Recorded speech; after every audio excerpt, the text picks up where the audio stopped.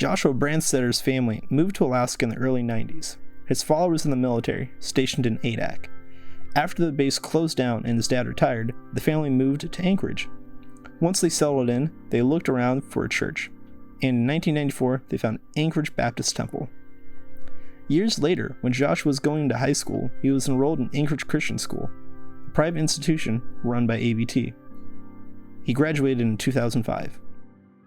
Earlier this summer, a group of alumni from Anchorage Christian Schools connected through social media over shared experiences that they had during their time there.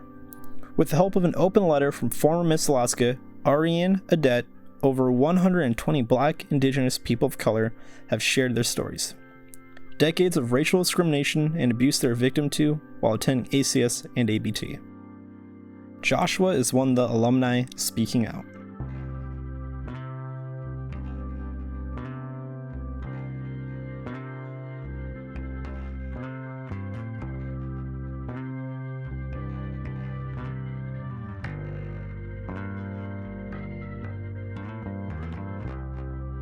This is Zoom Room from Alaska Teen Media Institute, a youth-produced podcast where each episode we zoom into different themes or topics through interviews and conversations relevant to us, the youth of Alaska. I'm your host, Cornilius Nelson. Joshua Branstetter is a filmmaker and photographer based in Anchorage. In 2020, he was a recipient of a Rasmuson Foundation Fellowship for his work with Absolute Zero, an art and documentary project creating a voice for survivors of abuse throughout Alaska. I've met Joshua a few times actually through the ATMI staff. Recently, we've been seeing each other at the local Black Lives Matter protests in town, where he's been taking pictures to document this moment in time. We spoke over Zoom on July 28th, 2020, about how his experience at ACS has shaped him into a filmmaker, activist, parent, and a person. Also, just so you know, during the interview, I'm going to say Alumni. I don't mean Illuminati. I mean alumni. I'm bad at English. It's not my second language. I'm just bad at it. Yeah. But anyway, I hope you enjoy the story. I personally never actually went to ACS for school, but I had friends that went there, and they didn't really have a good time there because they were Alaskan Native. They were Dena'ina Athabascan. And so for them, it wasn't all that great. What was your experience there like? I wouldn't say it was all bad. I mean, they had a theater program, and that was probably the thing that got me through everything. I loved the theater program, which started when I was a sophomore. I will say though that when I went to ACS, when I started going to ACS, I was a freshman, and I think probably the best way to put it, this is what I've said before, is that my mom is Filipino and my dad is white. Ever since I was a kid, I loved movies, and I would watch movies all the time. I'd always watch a movie before bed. I, of course, loved the same thing any kid my age would love. I loved Star Wars and Indiana Jones and all that. And I watched The Great Escape every time it was on TBS. But the one thing is, the heroes in those movies that I always wanted to be like, they were always white. These white chiseled jawed guys, and they had blue eyes and blonde or brunette hair, and they had thin lips, and I wanted to be like them, but I didn't look anything like them. I was this tan little Filipino kid with a big head of curly hair. One day I decided that, hey, one thing they all have is thin lips, so I need to have thin lips. I need to tan less. I need to look more like that. I want to be like that. And so I would pull in my lips, because I have Filipino lips like my mom, but I would pull it in because I wanted to have Harrison Ford lips. And that's when I was a kid. I think I was like 8 or 10 when I decided to do that. And I would purposefully do that. So by the time I was a teenager, and still today, I still pull in my lips. I do it out of reflex. It's just something I conditioned myself to do. When I went to ACS, there were perceptions I had of myself. It was better to not tan. It was better to have thin lips. It was better to not speak, to not learn my language. It was better to be whiter. I never learned my language. I still don't know my language, Tagalog. I don't speak it. And when I went to ACS, I went into an environment that reinforced what I already thought about myself, that it wasn't cool to look like me, that I couldn't be the hero, that I could be the sidekick, I could be the brunt of the joke. And my value was to fit in with the white kids, to be complicit, to be the good Asian, and try to be more like them instead of more like who I am. That's what it was like living at ACS. Thank you for sharing that with me. I kind of figured you were Filipino because of the nose. My dad's Filipino and black, and my mom's white and Athabascan. So I was like, all right, you're definitely not just white. You might be Mexican. Maybe. I'm not 100%. But how exactly have you and the fellow ABT and ACS alumni and former goers, how'd you put together all of this where you're all speaking out? Because it's been such a booming voice, and it's just come up, and it's never been touched on before. So how'd you guys put it all together? This all happened because a former faculty member had posted something that, I don't know if they meant it this way, but either way, the Facebook post ended up turning into a thread of so much denigrating, just deriding anyone standing for the Black Lives Movement, anyone saying, hey, yeah, there is a systemic problem here. But aside from that, there's a big problem just systemically everywhere. And we need to fight for justice for George Floyd, but we also need to change and reform our educational structures, and we need to reform our law enforcement. We need to examine everything. And it basically turned into a lot of former faculty members dismissing that cause. And then in turn, ACS alumni saying, yeah, that's what we heard when we were going to school there. It's like, of course you'd say that. I remember what you called us. And people just started pouring in. It was mostly, a lot of what I saw were white students who went there and was like, I remember hearing how minorities were treated.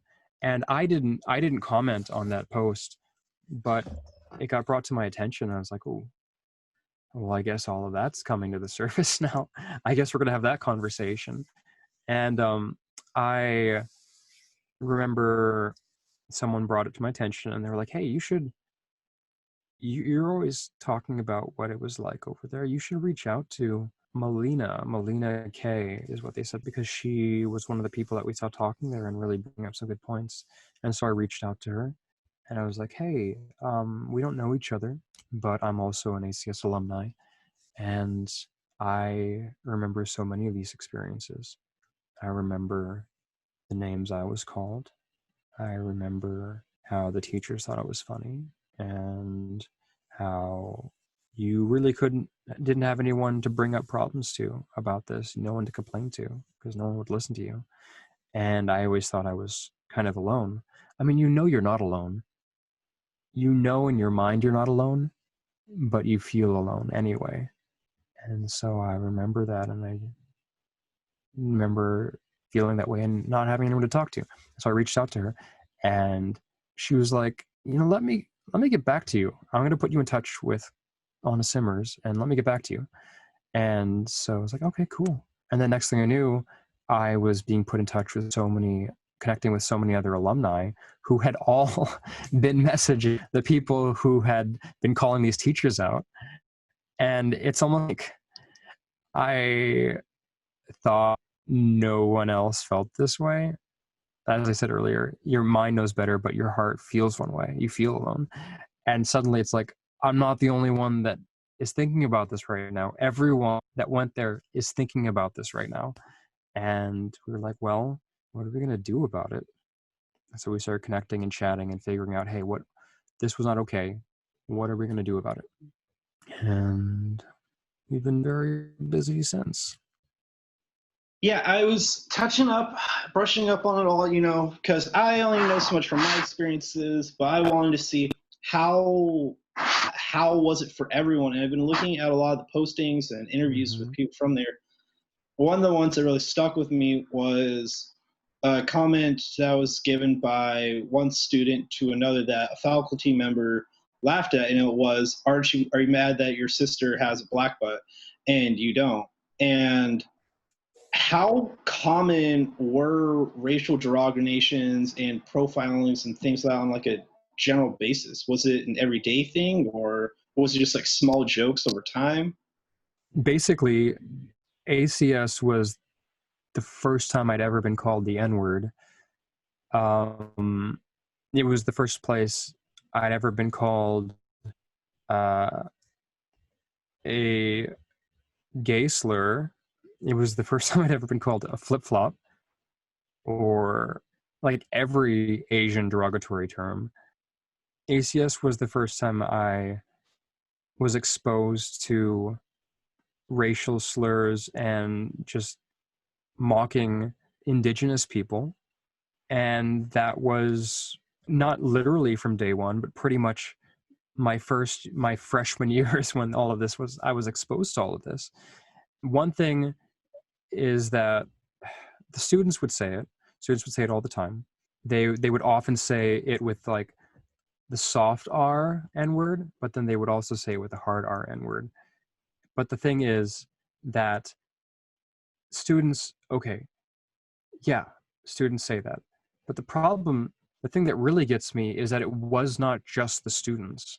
It was the educators. It was the educators on sports trips. It was the educators in the locker room. It was the educators just when they're joking around. It was shocking how easily it rolled off the tongue of my educators. Every slur. One friend told me they came back from a trip to Key West and they sat down in Bible class. It was the first they had seen this Bible teacher. And the Bible teacher said, "Welcome back," and then leaned over and whispered in their ear, "Did you see a lot of gay slur? Did you see a lot of that word while you were there?" And just smiled at them. And that's awful and appalling and disgusting behavior. But it's also what really gets me, what I find horrifying, is how comfortable they are with the words. How it just, when it rolls off the tongue like it's nothing, and that happens in a public setting, it's because that person says it a lot in private, and probably worse in private. So much so that they were conditioned and comfortable to let it out reflexively, like it was nothing, like it was just a joke. And at ACS, I was taught that basically everyone that wasn't you was susceptible to these jokes, to this mocking, to the stereotypes, to the slurs. It surprises me for a culture that feels so adamantly insists they're persecuted and that they have to be a beacon on the hill of what is right and what is moral and what is good behavior. Once you are within those walls, everyone that is different is fair game for any word. And that's what I was taught. And we all, part of the shame coming out there is that you've used those words because your educators said they taught you it was fine. And it takes a long time to break that and realize that's not who I want to be. I'm still trying to flip that switch and be who I want to be. And that's part of why I wanted to be a part of this movement, is because I have to reconcile. It was almost 20 years ago and I'm still reconciling it. That's how hard it is to flip that switch. It really gets stuck in you. So recently, Anna Simmers made a post on Facebook about how ABT was planning on reassessing their church, as well as how to face the misconducts that have been experienced at the church. The church, the school, how should, as like a whole entity, approach reform? Yeah, reforming itself. The things that we've asked for in our letter, they're tangible. Yes, there's a lot of passion behind our arguments, but one thing we focused on is this is not just a forum to say, I'm angry.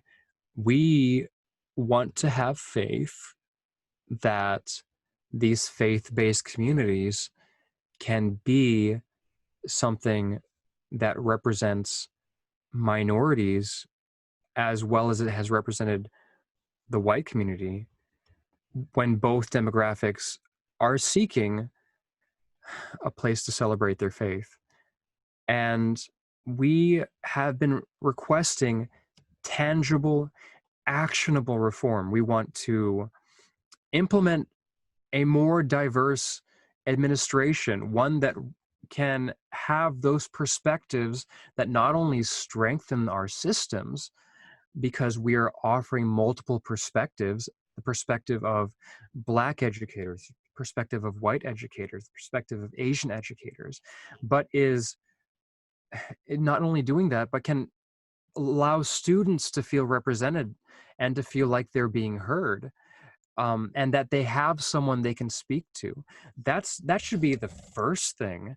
And the fact that when I was growing up in this community, the only representation, well, one, I don't think I had any representation as far as someone that I saw as embodying what I was like and my perspective as an Asian man, as a Filipino man. But I think the only minority I can think of in our faculty, the secondary school faculty, was our Spanish teacher. And I think that was it. We believe that a more diverse culture is a stronger culture. More diverse community is a stronger one that is able to add multiple perspectives. But it's all from the perspective. We don't want them to forego their perspective as Christians, because being Christian is not inseparably tied to being white. Being Christian is not defined as being a white Christian. There are Asian Christians, there are Black Christians, there are Pacific Islander Christians, there are Middle Eastern Christians. Christianity is not an ethnicity, it is a religion. And the idea that having a community that is solely white is not representative of all Christians. And especially as a business, if they want to flourish, I know their attendance is down, both at the church and the school. If they want to be able to reach everyone who has a desire to know what they are offering, they need to be able to represent everyone who has the desire to know what they're offering and to see that, be a part of that community. So first of all, we need a more diverse faculty in the school. Second of all, we need to actually learn about Black history beyond that Martin Luther King Jr. was shot. There's so much more we need to be learning about. We need to learn about Black Wall Street. I cannot believe I learned about Black Wall Street and the Tulsa Massacre because of an HBO show, which is a wonderful show. But like, why did I not know about this? When I first saw the first episode of Emmy-nominated HBO's Watchmen, I saw this and I was like, what is happening? This is wild. This is insane. And this must just be a part of this fictional universe that they've created for this narrative. I was like, surely this is fantastical. Americans dropping bombs on other Americans, on Black Americans from biplanes. And then my wife, ever the journalist, was like, actually, I just looked it up on my phone and this is real. And I was like, what are you talking about? And yeah, we bombed our own people. Why did I not learn about this? I was like, why did I not know this? I learned about Tulsa at like a really young age because my family's all been very pro-gun, especially on the colored side of my family, specifically because of that, because a lot of them are from the South. So yeah, no, when I was younger, this wasn't when I was staying on my dad's side of the family, but actually when I was staying with my mom's, and the neighborhood we lived in was, I really hate using this term, but that's what we were deemed by a local sheriff's department once, was low income area, which is is a phrase for high minority population, a lot of black people, a lot of Mexicans, Puerto Ricans, etc. And for some reason, like, I don't know why, but it's still a problem to this day, where like people drive around with their Confederate flag trucks and their Klux flags and all that, and the Klansmen still like to go around and harass people. It's not as predominant anymore because, well, no one likes it anymore. Even white people begin to go, yeah, no, guys, can't be openly racist like that. You got to be a bit more secretive. But as they're driving through, blaring a bunch of hate speech nonsense about the South and how it's pride, black people are just outside their house with guns, and they turn around in a parking lot and leave. And that was the moment that made me go, oh, wow, being black's really cool. This is awesome. You're telling me it's not all just roots where we're just getting whipped. It's like, oh, we can do this now? I like this. And that's what kind of sold me on, like, oh yes, black excellence is so much more than just black business owners. It's people of color being able to stand for themselves. Because when people think person of color in a movie, they always think 13 years a slave, people of color going through hardship. Asian American comes to America, is a working class person until they're like 30, they buy a business, and then they just get old. How come all like action movies are always like, Keanu Reeves is cool, John Wick's a cool movie, that one's awesome. How come like every movie's always just like, it's always Harrison Ford, it's always Robert Redford, it's always Clint Eastwood. It's never like, so many other people exist. Like that's why like I've always viewed it as a way of undermining black actors, is whenever it's like a black action character, especially like in the 70s and 80s, it was called blaxploitation, and they always like made us act so ridiculous over black color. Everyone sucker and fool and jive turkey. Like, I'm sure people talked like that. I don't think it was every sentence, but I'll take it. I got nothing else to look at. So much of Hollywood is white action heroes. They get the cool stuff. And it's like, oh, you want something with a black lead? Well, we're going to do a period piece about how hard it was to be black. So you're perfect. There you go. There's your representation. Then they're saying, oh, see, we're so in touch with you guys. It's like, well, no, we live here now. I'd like some action heroes, something fun, because all the white people are having fun. And I'm just like, I'm your social. That's why I love Blade. Blade's one of my favorites because of that. Wesley Snipes is awesome. Yeah. That, as well as you can relate to this because you're also Filipino. Ong Bak with Tony Jaa. Yes. That one really sold it for me. It's like, yes, this is where it's at. But yeah, it's always very interesting seeing how, it's like, oh, would you like to be the lead role in a movie about slavery? And it's like, I mean, I'd like to be in the next Die Hard, but okay, I'll take it. Hollywood loves to be like, hey, we get you, we get your pain, but it's like, that's cool, but what about you don't get my joy. I want fun. And it's like, it's because it's still not normalized. It has not been normalized. We have to normalize it through media. We have to normalize being a minority through media and education. And that's part of why we're doing what we're doing, because kids, we have to train up our kids to think it's okay to be me. It's okay to be me. And that starts in the movies and that starts in the school. And I didn't get either. That's why I fell so deep into watching things that weren't American TV. That's why I enjoyed watching like 90s anime so much. Because like, here's something that looks like no one. Here's Voltron. Here's Transformers. Here's Teenage Mutant Ninja Turtles. Give me something I can just enjoy without having to be like, oh wow, here's Power Rangers, where, oh, look at that, Black Power Rangers, black guy, and he dances. Yay.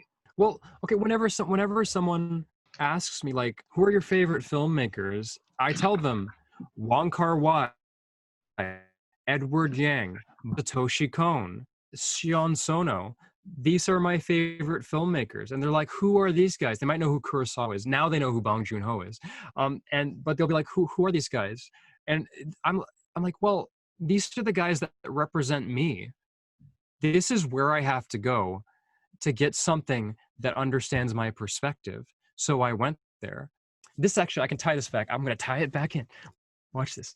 So I left I went to Asian cinema to find something that could represent me, that could understand my perspective and how I feel. If the Christian community in Alaska, if the Christian schools in Alaska want minority kids there, want minority kids to stay in the church when they grow up, and they start to enrich their perspectives by seeing this is what other people are like outside of that world, you need to represent their perspective.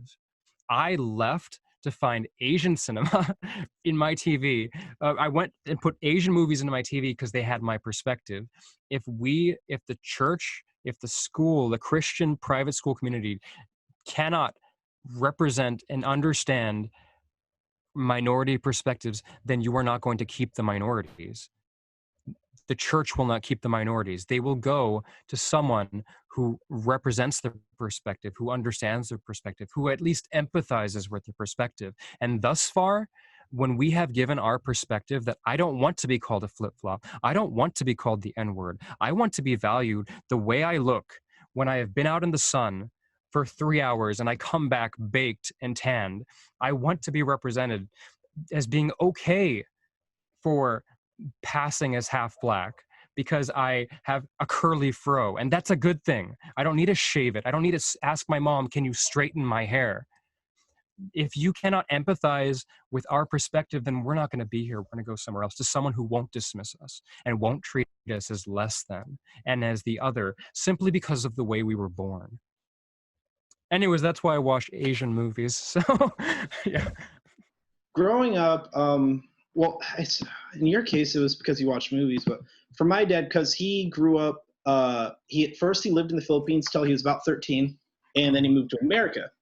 And so the stuff he went through both in the Philippines because he was black and being in America because he was both black and Filipino, kind of created a lot of conceptions about himself as well, about how you have to act a certain way, have to talk a certain way, as well as certain behavioral traits they have to adapt when talking to whether it's law enforcement or just people in general, that we look quote unquote proper. In my case, I had a conversation where I was taught, here's how you properly talk to people. That way you don't get construed as just another minority. Has everything that you've gone through in any way affected your parenting? Has it made you... Being from a military family, we always had put a big effort into that discipline of how you talk to people, how you walk. Yes, sir. Yes, ma'am. And that, I believe, gave me an edge in interactions, in that I was able to, I just acted that way. But one thing, as a parent with my kids are, my wife is white, and so my kids very much are white passing. So it has been different how I've taught them. I look at them and it's like, you're white passing, and I think you will have a different interaction than someone that isn't. And I think one of the best examples of that is, I know I've been a member of some great men's groups for minority men, and the leaders of that group, which amazing people, they do so much for our community, but some of them will teach classes on dressing, how to dress, how to talk, how to walk, how to be accepted in a white man's world, because we live in a white man's world. They tell you, if you want to get the job, here's the haircut you need to have, here's what you need to wear, and you can't show tattoos, you can't do this and that. And those standards are standards because that's what white people established, and we're adhering to that in order to survive. Yeah, growing up, I heard that a lot from both my mom and my dad, that I was lucky because I was mixed, that I didn't come out looking exactly like... They told me, you don't look entirely white, but you do good enough to pass. And so I'm very familiar with that. Oh, I'd love to touch on that. My whole childhood was going to potlucks, and women, mothers coming up to me and being like, they'd be like, what's the word? Is it guapo? Or whatever the Tagalog word is for handsome. They would say that, and I'd be like, one, I was a kid, so I'd be like, I'm uncomfortable, I want to go play. But they would always follow that up with, your skin is so light. Your skin is so nice. Your skin is so white. you look like an actor. And it's because the actors that make it big in the Philippines are the ones they have really light skin. And it's really sad. But yeah. Yeah, that was always one that really really always stood out to me, especially when I watched like especially Filipino horror movies, like ones about Aswangas and stuff like that.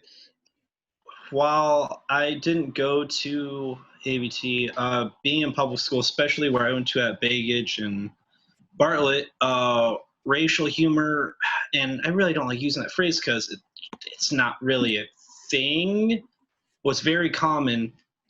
In my experience, mostly got referred as, due to the fact that I'm, the term I've coined is ethnically anonymous, because no one can really pinpoint what. So people either assume either A, I'm Mexican, or B, I'm Middle Eastern. And I got called like terrorist or Afghani a bunch, and that always weirded me out because I am neither of those things. Like, use the right racial slur. That doesn't apply to me. I don't know why you think that would bother me. I mean, it does. One, because you're just being racist, and two, like, doesn't apply to me. Yeah. So I don't. So you know how it is. So Filipinos, for one thing, it's a really weird space to be in as far as these different ethnicities that we had no say in establishing anyway. We, as Filipinos, it's like we're Asian, but we're really close to Pacific Islanders. And then if you ask, when I was a kid, I was like, well, we live on an island, right? So I'm a Pacific Islander. And my uncle was like, oh no, we are not Pacific Islanders. We are Asians. And I was like, what is going on there, for one thing? You are so aggressive about this. And apparently there's a lot of prejudice in some Filipino groups about being profiled as a Pacific Islander, which I don't understand.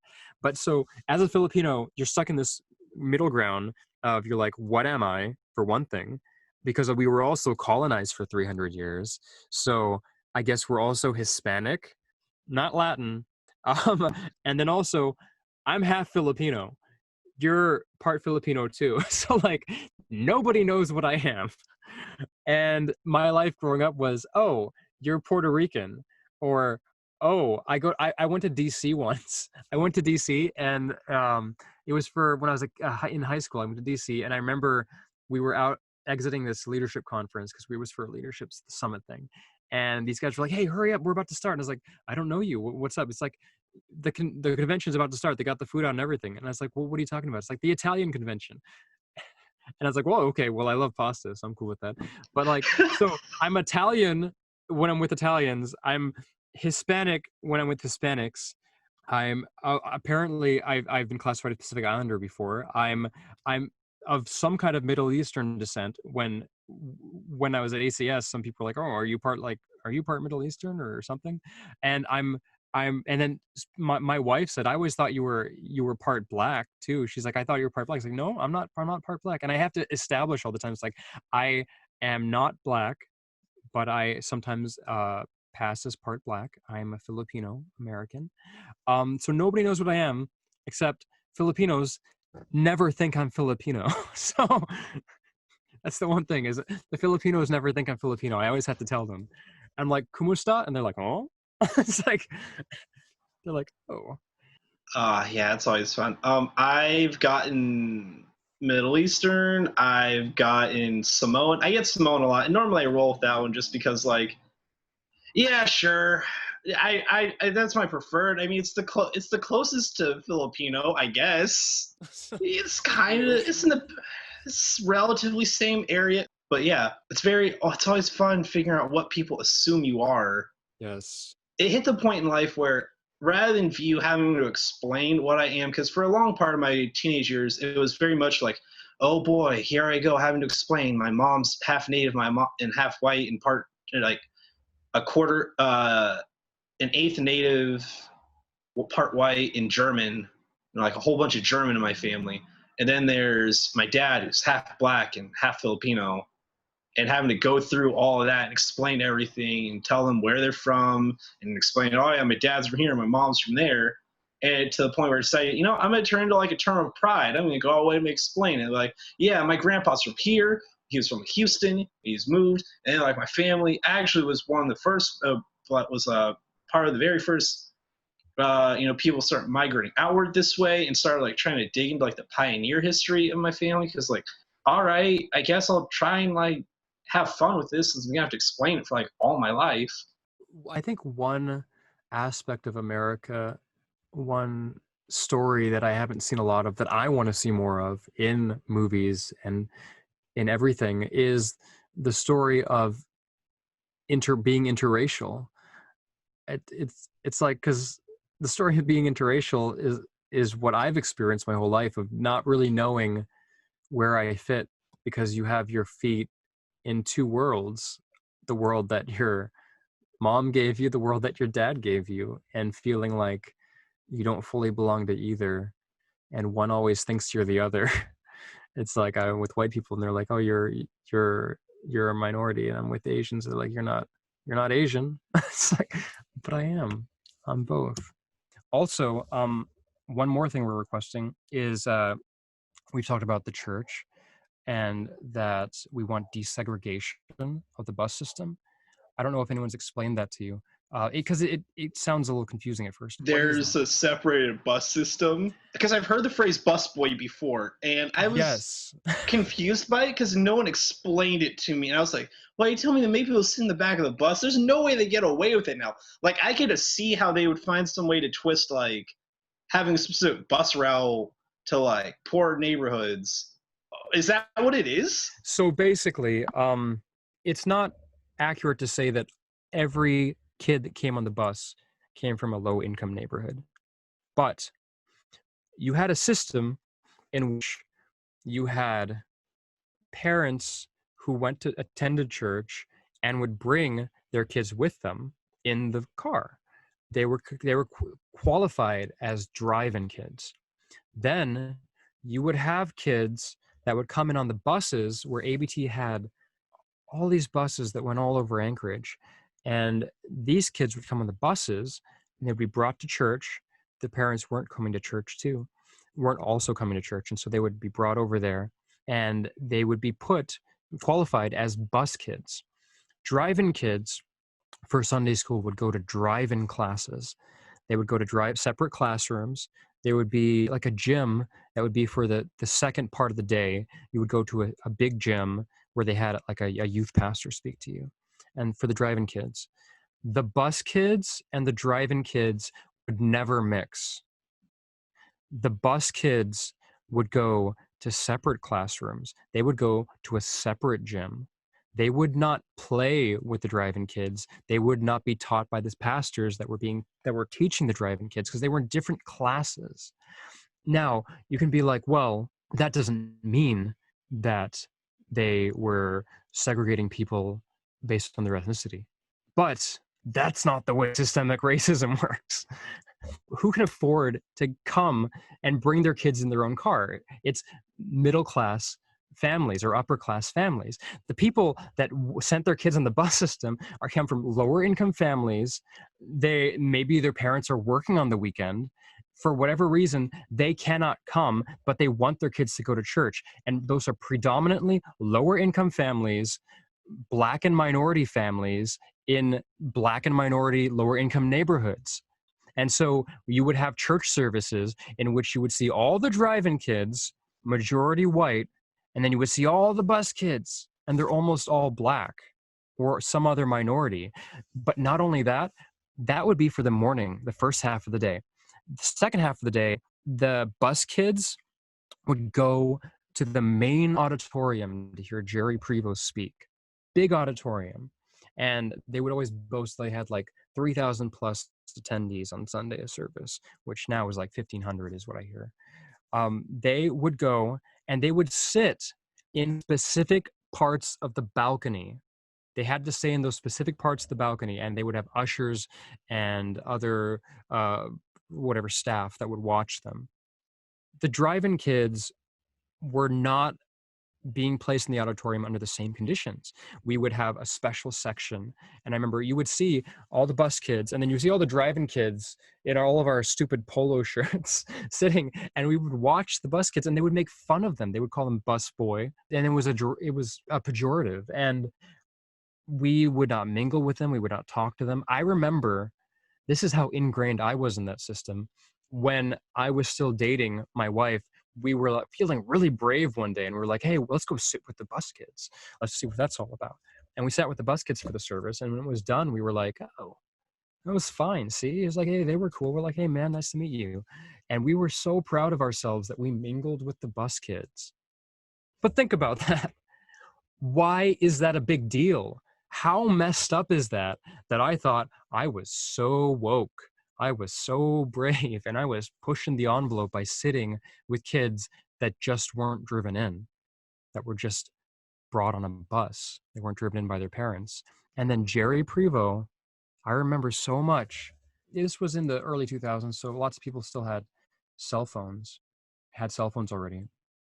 I remember he would always, a phone would ring, and if it was on the main floor and it was like an attendant, one of the members, it would be like, oh, haha, make sure to put your phone on silent, Bob. But if it was in the balcony, in the bus kids section, or a bus kid was talking, it would be the next 5 minutes ranting about these bus kids and how disrespectful they are and how lucky they are to be here and how asking the ushers to escort them out. And just talking about how kids these days don't have any respect and how, yeah, it was just mean. I never forgot what a huge disparity there was between how driving kids were treated and how bus kids were treated. And we want that to stop. We want it to be desegregated. They shouldn't be separated. What does that teach? What does that teach these kids? It teaches them they don't really belong. They aren't really like the rest of us. They're different, and they should feel different, and they should stay in the corner of the balcony. And they're lucky to even be allowed in. And they carry that with them. How's the church respond to everything that you've all said? You said you and the other Alumni sent them a letter. Has there been any response to that or feedback? Yeah. You can go watch it right now. The current head pastor, Ron Hoffman, gave a sermon when we released the open platform, and he equated us to some verse that was, do not argue with fools. He said that don't go on Facebook. He told the congregation not to go on Facebook. And he said that when people are angry, they'll say anything. So he was prepping the congregation to dismiss us. He was dismissing us. And then kind of called us fools, which is fine. But outside of that dismissal, we've also been told that this is hate speech. We've been told that we're doing the work of the devil. We've been told that all of these are lies, that we're just trying to destroy good people. And that's fine. That's fine. It doesn't bother me. I think the thing that bothers me the most is when people tell us that this hurts them, that they've been nothing but loving, and they can't believe that we're saying these things, and then it just tears them up inside. And to see people hurting something they love so much, and that this just pains them to see it, and that they can't believe we don't appreciate all the good that was done, and why don't we think about the good that was done? I think that's probably the thing that bothers me the most, that frustrates me the most. Because the good moments, for one thing, the good moments have been reconciled. We've acknowledged them. But the pain, the wrongs, this isn't just painful, this is wrong. Those have never been reconciled. they've been dismissed. And for someone to say that this hurts them, and makes it about them, I think you're ignoring 120 testimonies and more every day. There's a platform that student alumni have created. It's called on Instagram @a.christian.school, a Christian school. And they're adding new testimonies every day. Other schools are saying we have testimonies too. And for someone to say that this just pains them and to make it about them instead of the pain of all these people who have never been acknowledged, that's frustrating. And I think about when they say that, what about all the good people? I was always nice to you. I was always nice to all these people. What about us? One, I think these people are not the church. They're not the organization. The organization is the thing that we have problems with. The system is what we want to change. We appreciate the good people that care about us. But also, all those nice people, all those good people, where were they? Where were they when I was being called the N-word by my educators? Where were they when I was being called a flip-flop? Where were they when my Hispanic friends were being called beaners or wetbacks? Where were they when my Asian friends were being called Ching Chong or Monkey or Jungle Boy? Where were they when my Bible teacher was telling my friend, did you see a lot of gay slurs while you were at Key West? Where were they when, as from one of the testimonies, which has been corroborated by multiple witnesses, when a coach was shoving a student into a locker room, spitting in his face, calling him the N-word? Where were those nice people? Where were those good people? Because they weren't there when we needed them. They were nowhere to be found when we needed them. Or maybe they weren't nice people. I don't know. All I know is there are a lot of people speaking out right now. Their pain is real, and it needs to be acknowledged. Not only that, but I'm so proud of these people that are speaking up, because that takes a lot of vulnerability, a lot of courage. But also that they're organizing and saying, we want change. We just want these things to be better. We just want accountability.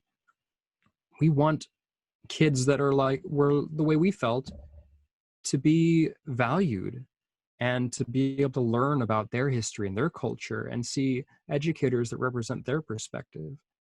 These people that are hurt, they want such amazing positive change, but we've been dismissed. And that confuses me, because this could only be good for the church. I'm genuinely surprised by how quick they were in so many statements. Actually, I have an exact quote with Ron Hoffman during an ADN article. Jesus is the answer, and like him, we are committed to being part of the solution. Do you think his idea of a solution is their idea of a solution, or is it one with everyone else in mind? Well, it's great that he says that, but when people, on one hand, people are saying we're listening and learning, on the other hand, they're saying we're hate speech and the work of the devil. But so we've been getting a lot of mixed messaging, but whenever we hear listening and learning, it's like, that's great, but what are you actually bringing to the table? And we've asked for very real things that students can see, that educators can take action upon, that can implement. And we've been hearing we're listening and learning. And what does that mean? If nothing changes and you keep saying you're listening and learning, are you really listening and learning? We haven't heard much of anything. And the statement by Ron Hoffman, it's like, I appreciate that he's saying we want to change, but it's been 20 years and we really need to see that change. And I've heard a lot that Ron Hoffman's new. He's bringing a different atmosphere. He's going to change so much, and this is going to be a new era. And I think one of the things that some of our detractors haven't really addressed is that Ron Hoffman was there in the old era. He was a coach. He was a part of this. So it's great to hear that they're listening and learning, or that specifically Ron's words that you quoted. But like, what can you actually do? That's what's important. We need action. Yeah, it's always very interesting seeing. There's always like the immediate response is, "Oh yeah, we want change too. We're recognizing our mistakes." But then there's the follow up of, "So what is it? What are you going to do?" What is the most notable ones is so many neighborhoods. Hey, how do we recognize civil rights movement of people of color? We'll name streets Martin Luther King. There we go. Everyone, there you go. We're done. We'll make a Rosa. We'll do the Rosa Parks grant. What else? We'll recognize George Washington Carver for inventing peanut butter, and we'll put Morgan Freeman as the elderly wise black man in any movie that needs a wise black man. All right, cool. There we go. We did it, guys. Racism solved. Yeah. And it's never that simple. It's not that simple. And I really do appreciate how all of the alumni, yourself included, have been recognized. I know it's not a simple thing, and we ourselves have been a part of it because of how normalized it was to us, but it can't keep going. We all have children, and we don't want our children to be that way. You shouldn't want yours to be that way. If we all have to live in this world, I'd like for us to be in it comfortably. I mean, that's more than fair, I feel. But yeah, it irks me. It genuinely irks me. And you've brought up a lot of tough stuff about the old days. Do you think that the events, both in ABT and the Anchorage School District, are ripple effects of the history of abuse to minorities in the education system of Alaska throughout history? This is not new at all. I think we are in an unprecedented time in history in which we are, as a nation, saying, what do we want to be going forward? What do we want to be known as going forward? In the middle of a pandemic, people are in the streets saying that we need change, that what's happening isn't okay. That, as you said, we don't want statues or Black Lives Matter written on the streets. I mean, that's nice. It's cool, but it's like, I don't want words written on streets. I want people not dead on the streets. I want Black lives to matter. I don't want to be told by a sign that Black Lives Matter. I want to see systems in which minorities, BIPOC individuals, are being treated the way white people be treated. I don't want Black people to be afraid when they get pulled over for a ticket, wondering, am I going to be shot when I reach for my registration? We like to say that, well, we don't have that up here in Alaska. Alaska's different. Tell that to the indigenous population, that Alaska's different. We have our own problems. We have a lot of problems. And I think that this is just the time when people are speaking up finally. People are organizing. And because of social media, because of our phones, we have a platform and a voice that we were not given 20 years ago. 20 years ago, when someone called a student the N-word or whatever slur, what is that student going to do? What can they do? They can tell the faculty's not going to do anything. They tell their parents are going to tell the faculty's not going to do anything. Maybe their parents send them somewhere else. Nothing changes. Today, I have my phone. I can record that. I can screenshot it. I can put it on social media. We have a platform we were never given before to be heard. And I think people are taking advantage of that. We're using it because now I'm not a nobody. I can be heard. I can unite with these other alumni and we can speak, we can be heard. We couldn't do that before. Before, you were told you were alone, that it was an isolated incident, that this doesn't happen here. You misheard. Or if you misheard, it was just a joke. It wasn't a big deal. And that's the only time it ever happened. Now I know that that's not true. I know that I'm not alone. I was never alone. How do you and your fellow alumni plan to keep the movement going as well as prevent future misconducts? How do you plan on keeping it all rolling? Well, alumni have established the Instagram platform again at a.christian.school. And that is a platform that allows BIPOC students and their allies. It allows them, while protecting their anonymity, their identity, allows them to air their grievances, air the specific experiences that they had within private Christian schools. We've obviously started by giving voice to Anchorage Christian Schools alumni, but also there are Grace Christian Schools alumni on there now. I think that there's a brilliant idea to create a platform like that, and it has a lot of potential to give voice to the unheard. And that's the beginning of, I don't think we can reform anything until we've given voice to the problems of our past. I don't think we can begin healing until we face the problems of our past. But I know we can't fix anything unless we face it first. And so I think the Instagram is an amazing platform for that. I think the petition is great as well. The ADN article was big. There's more interviews, more articles coming, and a lot of other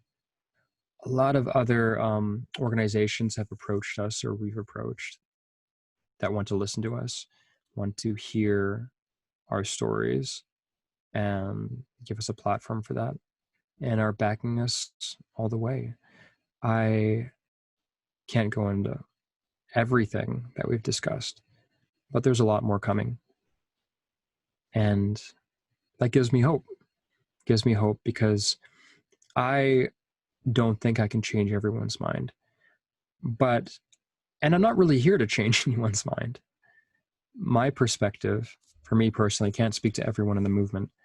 But as a parent, I think that there is probably some kid, boy or girl, there's some kid that loves movies like I love movies, that sees the Harrison Fords or the Chris Hemsworths,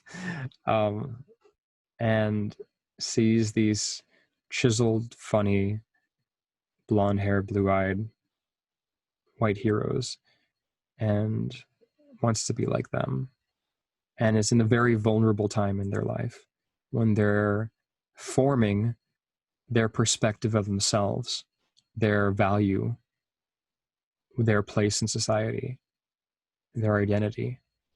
If I can let them know that if they go into this environment and they feel like they have to be whiter to be accepted, if I can let them know that that's not true, that you're not alone, that who you are matters, your voice matters, that you can have your fat lips and your curly fro, and that's okay. You can have your dark skin, and that's beautiful.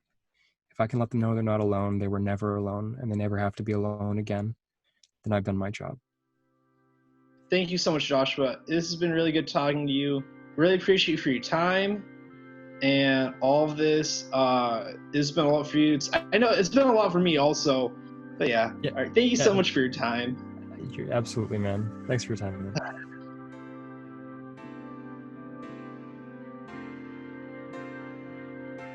That was Joshua Branstetter. You've been listening to Zoom Room, a production of Alaska Teen Media Institute. Our show's theme music was composed by Devin Schreckengast.